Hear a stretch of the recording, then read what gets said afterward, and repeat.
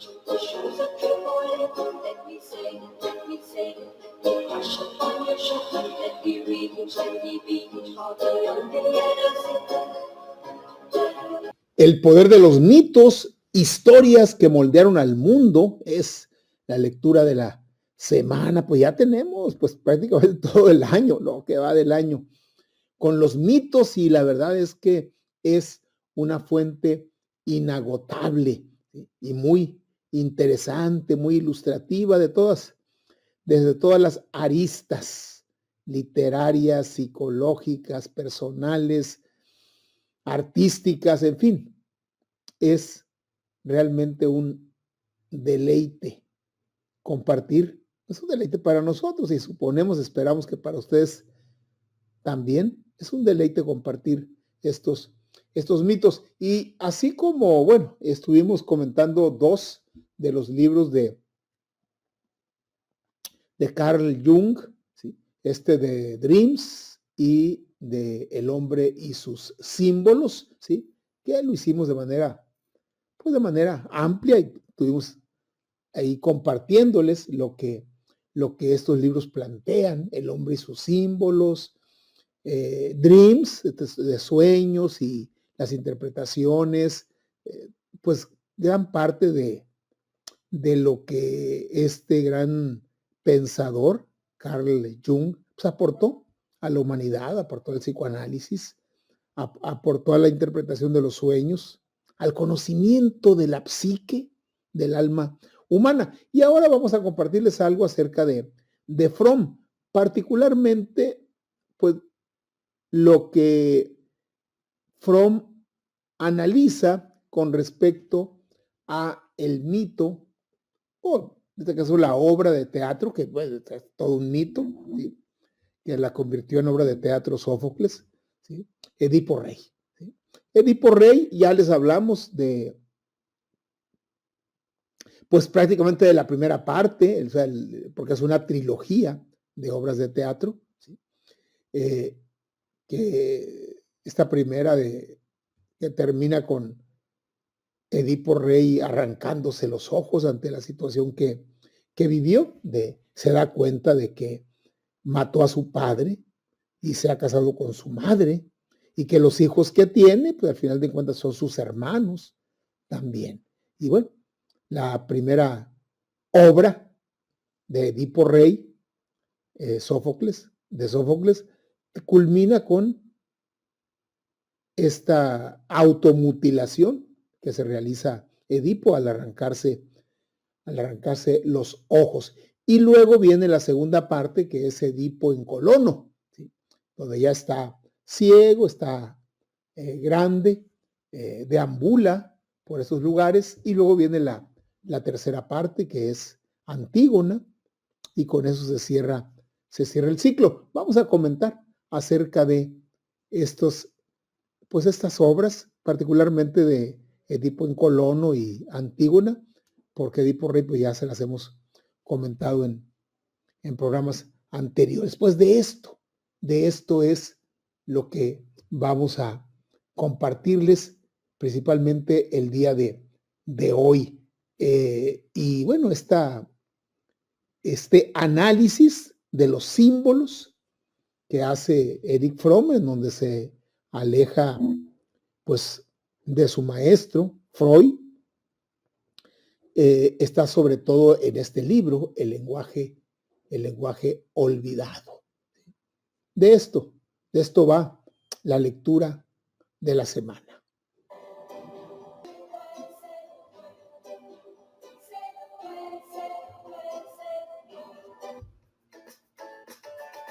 Ortomolecular Sonora. Las vitaminas y el suplemento alimenticio que tu cuerpo necesita. Presenta la lectura de la semana.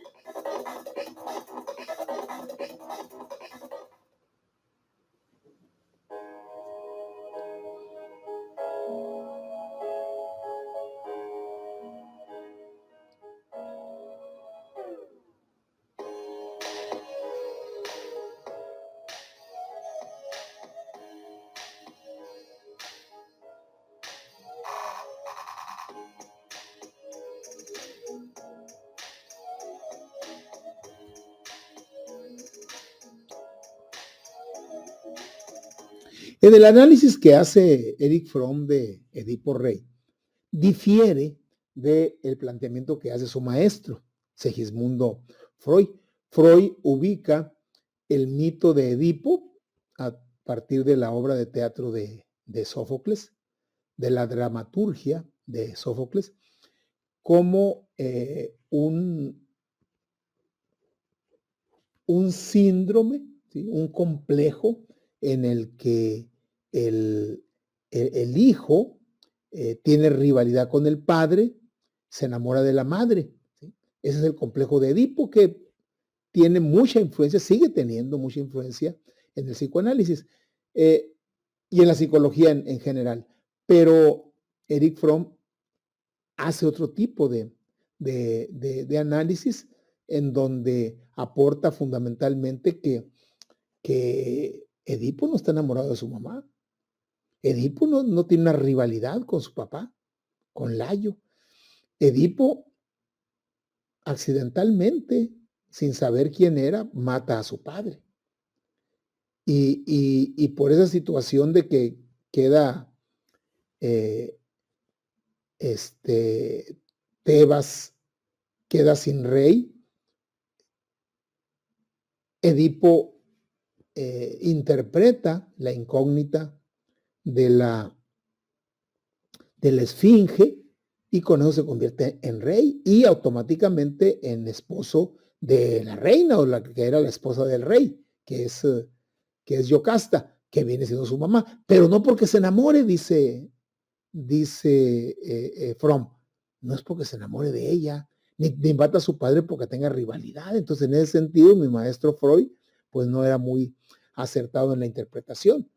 En realidad aquí está presente otro tipo de valoraciones y de análisis que habría que hacer. Y así como en su momento les platicamos el análisis que hace Fromm acerca de Edipo Rey, o sea, la primera de las obras, ¿sí? de teatro. La segunda, que es la que vamos a compartirles ahorita, es Edipo en Colono, ¿sí? Esta tragedia griega se publicó aproximadamente en el año 406 antes de Cristo. Es una obra póstuma de Sófocles, ¿sí? Prácticamente la última que ya se publica cuando había muerto, en el 406 antes de Cristo. Acuérdense que en ese momento pues la numeración va de atrás para adelante, ¿sí? Y sigue el 405, o sea, es el final del siglo V. Sófocles vive fundamentalmente en el siglo V, ¿sí? Entre el 400 y el 499, por decirlo así. Bueno. Edipo en Colono, una de las tres tragedias que Sófocles escribió sobre el mito de Edipo, ¿sí? Las otras dos son Edipo Rey, que es la primera, y Antígona, que es la tercera. Aunque la tercera, Antígona, la escribió Sófocles primero, pero bueno, cronológicamente es posterior a Edipo Rey y a Edipo en Colono. En esta obra, en Edipo en Colono, transcurre años después de lo que pasó en Edipo Rey. Años después de la muerte de Layo, el desposamiento con Yocasta, la procreación de hijos, lo de la esfinge, ¿sí? Años después de cuando Edipo Rey se autoflagela arrancándose los ojos, ¿sí? En Edipo en Colono, el protagonista ya está anciano y está ciego. Y llega a Colono acompañado de su hija Antígona. Allí en Colono busca refugio después de muchos años de andar errando como un desterrado, maldito por haber matado a su padre, casado con su madre sin saberlo, y anda deambulando hasta que llega a Colono, y anda deambulando pues ciego, ¿sí? Ciego. Colono es un lugar sagrado, dedicado a las erinias, las furias, estas diosas, ¿sí? Y el rey Teseo de Atenas le ofrece protección.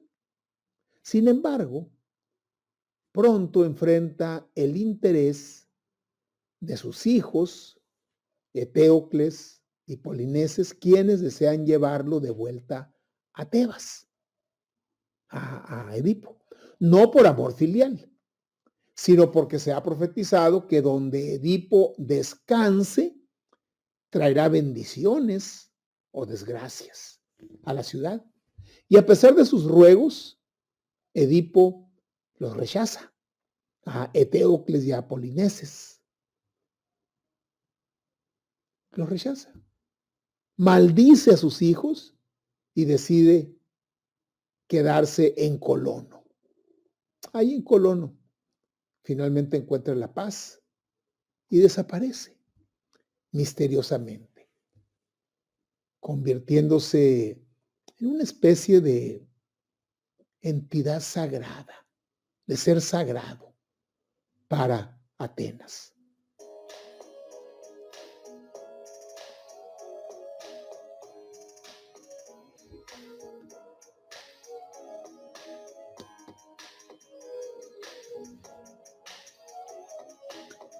Esta parte, o sea, la segunda parte de la trilogía, se escribe, como les decía, es una obra póstuma, se escribe al final de la vida de Sófocles, refleja una visión muy serena sobre el destino. En la primera parte, Edipo Rey es una visión, pues, trágica, es una visión terrible, es una visión desasosegada. Aquí es una visión más serena, pues ya está más grande, Sófocles, ya ve la vida de otra manera, por supuesto, y aborda los temas del destino y el tema de la redención. El tema del destino entre los griegos es inexorable, ¿eh? Inexorable. No hay héroe que escape al destino por más trágico que sea. No hay. Aquiles, con todo y su juventud, su poderío, no escapa, ¿sí? Odiseo, Ulises, pues tampoco. Edipo, pues no. Nadie, nadie escapa. O sea, es una de las características de las tragedias griegas que son inexorables. Y haga lo que haga el ser humano, no se escapa de su destino, ¿sí? En Edipo Rey predomina la tragedia del descubrimiento, de lo que descubre y del castigo. Pero en Edipo en Colono, el personaje asume su destino con dignidad. Está con cierto poder. Los temas más importantes de esta obra son el destino y la redención. Edipo ya no lucha contra su destino, sino que lo acepta y lo transforma en una especie de bendición, pero para otros, no para él. O sea, se deja llevar por las aguas del destino y encuentra la redención. Los otros grandes temas de esta obra es la justicia divina y la justicia humana. La obra explora la relación entre la voluntad de los dioses, por una parte, y la moralidad del ser humano, por la otra. Y destaca la obra la hospitalidad de Teseo, el rey de Atenas, frente a la traición de los hijos de Edipo. Entonces hay justicia divina y hay también justicia humana. El exilio, la identidad, son dos de los grandes temas de Edipo en Colono. Porque Edipo, como errante, como marginado, encuentra en Colono no solo un refugio, sino una nueva identidad y se transforma de un hombre maldito, como lo fue en la primera obra, Edipo Rey, es un hombre maldito porque mata a su padre y desposa a su madre, se transforma de ese hombre maldito en Edipo Rey a una figura casi sagrada allá en Colono.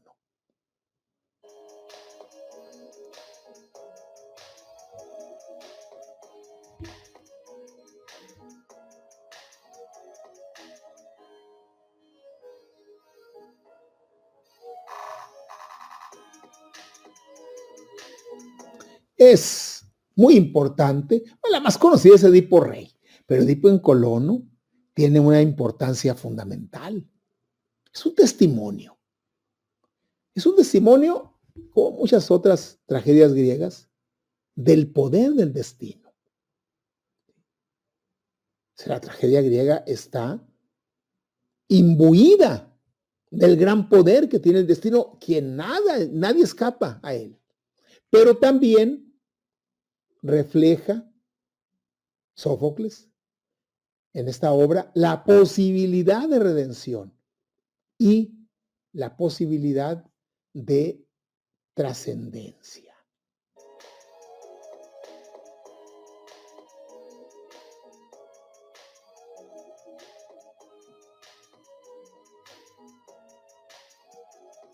Es una obra profunda, es una obra poética y cierra el ciclo de Edipo. Y lo cierra con un tono no de enfrentamiento, no de lucha, no de tragedia, no de conflicto, sino en un tono de reconciliación. Edipo se reconcilia consigo mismo, se reconcilia con la vida, con el destino, con lo que le pasó. Su maldición va a seguir pesando sobre sus descendientes en Antígona, sobre sus hijos y sobre su hija. Pero él encuentra la redención y la reconciliación en Colono.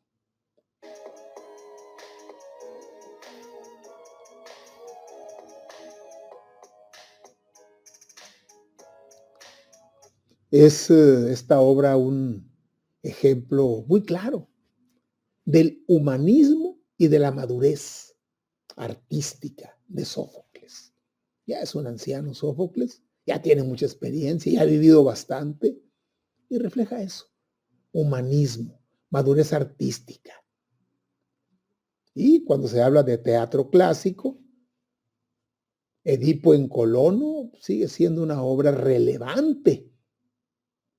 Y también en la filosofía, sobre dos elementos fundamentales en la vida del ser humano, el destino y la justicia.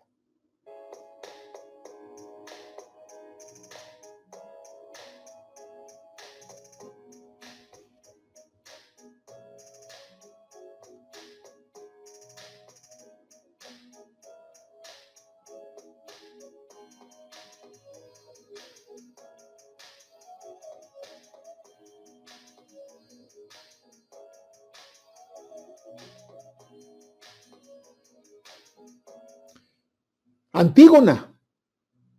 Fíjense, Antígona fue publicada en el 441, es decir, fue publicada antes que Edipo en Colono.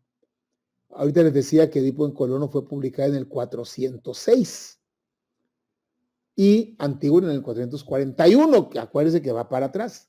Primero era el 441 y luego el 440 y era el 406, o sea, 35 años después de publicar Antígona, que es la tercera parte de esta trilogía de Sófocles, es cuando se publica la segunda parte, Edipo en Colono. Bueno, es la última obra, ya aunque la he escrito antes, es la última obra en la cronología narrativa de la trilogía tebana, ocurre en Tebas, pues. Edipo Rey, Edipo en Colono y Antígona. De hecho, pues fue la primera que se escribió, pero bueno, cronológicamente es la tercera. La historia comienza después de la muerte de Edipo y se centra en el conflicto entre su hija Antígona y su tío Creonte, el tío de Antígona. Creonte, que ahora en ese momento es el rey de Tebas. Tras una guerra entre los hermanos Eteocles y Polinices, los dos mueren en combate. Creonte, el rey de Tebas, decreta que Eteocles, quien defendió Tebas, defendió su reino, reciba un entierro honorable, mientras que Polinices, considerado traidor, debe quedar sin sepultura como castigo, expuesto a la carroña. Y esta es una de las grandes afrentas que puede tener un ser humano, que no tener un entierro digno, porque Caronte no se lo lleva. A propósito de óvulos para Caronte, Caronte no lo transporta, si no está sepultado dignamente, no lo transporta. Y miren, esta idea permanece pues, en el cristianismo. En el cristianismo, bueno, ahorita un poco menos ahora, pero sigue siendo cuando un ser humano se quita la vida, se suicida, pues se le niega una sepultura cristiana. De hecho, en la Edad Media no se permitía que una persona que cometiera suicidio fuese enterrada en el camposanto de todos los demás. Era maldito porque se había quitado la vida. Y la vida la da Dios y nadie se la puede quitar. Y sufrió un castigo tremendo. Bueno, en el caso de la antigua Grecia, los cuerpos sean sepultados de una manera digna y de esa manera Caronte pues los transportaba en su barco y se le daban sus óvulos, ¿no?, para Caronte. Entonces, el gran castigo que el rey de Tebas, Creonte, inflige a Polinices, el otro de los hijos de Edipo, hermano de Antígona, ¿sí?, es que debe quedar sin sepultura y es puesto en la carroña. Y aquí Erich Fromm introduce un análisis muy interesante. ¿Qué significa sepultarlo? Significa regresarlo a la madre tierra. Eso dice Fromm. Entonces, no es solamente una sepultura, un entierro, es regresarlo a la madre tierra. Sigue habiendo, pues, una cierta deferencia, un cierto culto a la madre tierra, aunque en ese momento ya el patriarcado era el que dominaba. Pero estaba esa situación y sigue habiendo. Sí, hoy ya se acostumbra mucho el incinerar los cuerpos, pero lo tradicional es sepultarlo, enterrarlo, decimos. O sea, ponerlo, como se dice coloquialmente, 2 metros bajo tierra, con la madre tierra, pues. ¿Sí? Entonces, eso significaba. Entonces, dice Fromm, en esta obra de teatro, en este mito, el de Antígona, sigue existiendo la lucha entre los dioses patriarcales y los dioses y las diosas matriarcales, ¿sí? Porque Antígona quiere cumplir con la ley divina y sepultar a su hermano, ¿sí? Algo que el rey Creonte se niega por considerar traidor, ¿sí?, a Polinices, este hijo de Edipo, de Edipo rey. Entonces, Creonte no quiere que se le sepulte como castigo, que se les ponga a los animales carroñeros, pero Antígona, guiada por su deber familiar, por las leyes divinas, desobedece la orden de Creonte y entierra a su hermano en secreto. Cuando es descubierta, Creonte la condena a muerte, a pesar de las súplicas del hijo de Creonte, Hemón, que es el prometido de Antígona. La joven es encerrada viva en una cueva y allí Antígona se suicida. Hemón, al encontrar el cuerpo de Antígona, también se quita la vida. Y Eurídice, que es la mamá de Hemón, la esposa de Creonte, al enterarse de la tragedia, se suicida de dolor. De esta manera dejan al rey solo, desolado.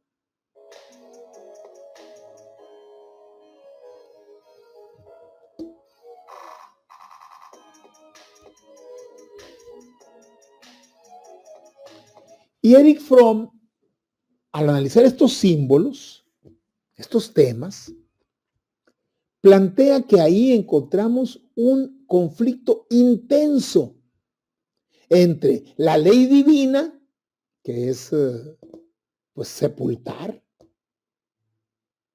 a los muertos, y la ley humana, que es representada por Creonte, que lo niega.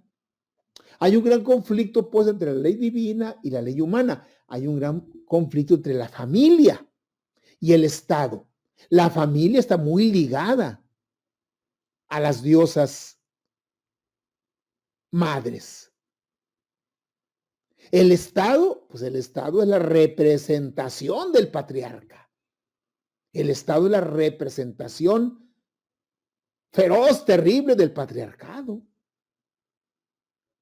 Hay un conflicto muy intenso entre la moral, en la que se escuda Antígona para decir, tengo que sepultar a mi hermano, y la autoridad, de la que echa mano Creonte para evitar que ocurra.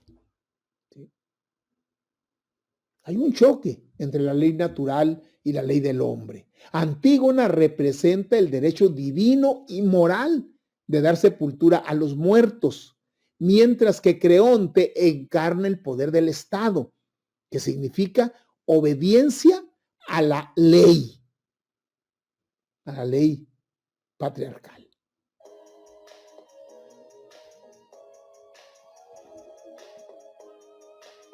Y luego, pues está el papel de la mujer en la sociedad, un papel que ya para esas fechas, siglo V, hace 2500 años, ya estaba muy relegado. Y Antígona desafía las normas patriarcales que ya están impuestas en Grecia, en Atenas, en Tebas, y se enfrenta a la autoridad masculina con valentía y con determinación. Y también encontramos, por supuesto, el destino y la tragedia. Como en otras obras de Sófocles y todas las obras griegas, la tragedia es inevitable. El destino es inexorable, ya que los personajes actúan según sus principios y no ceden. Y eso los lleva a la catástrofe, a la debacle, a la destrucción.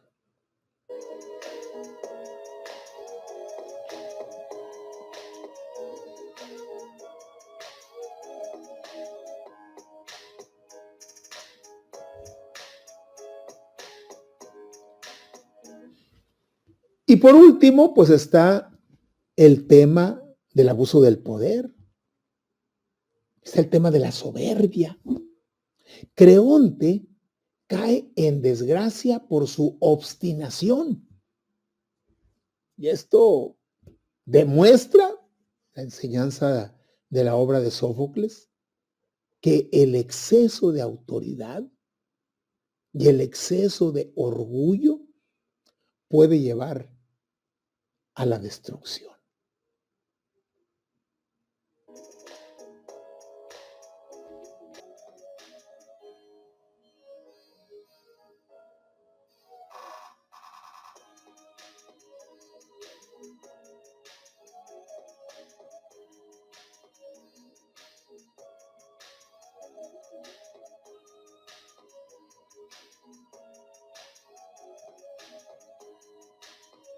Antígona, en conclusión, es una de las tragedias más influyentes de la literatura clásica y ha sido interpretada a lo largo de la historia como un símbolo de resistencia contra la injusticia, de resistencia de una mujer, contra la injusticia de un Estado regido por el hombre.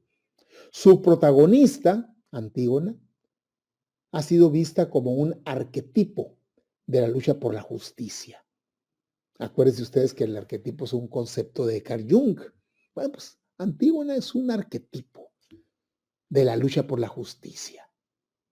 Es un arquetipo de la dignidad humana y de la libertad de conciencia. Y un ser humano que lucha por la justicia, que encarna en su conducta la dignidad humana y que es libre en su conciencia, se enfrenta a la autoridad sin reparar en las consecuencias.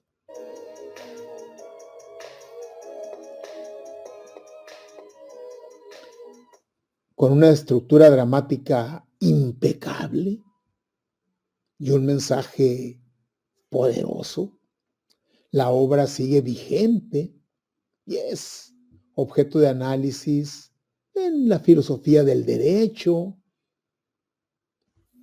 el enfrentamiento de dos tipos de leyes, la ley natural, ¿sí?, y la ley positiva,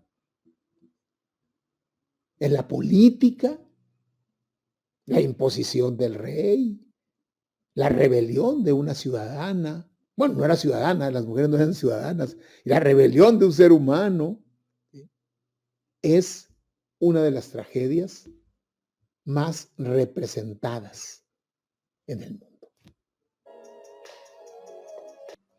Tomamos nuestro separador y lo colocamos.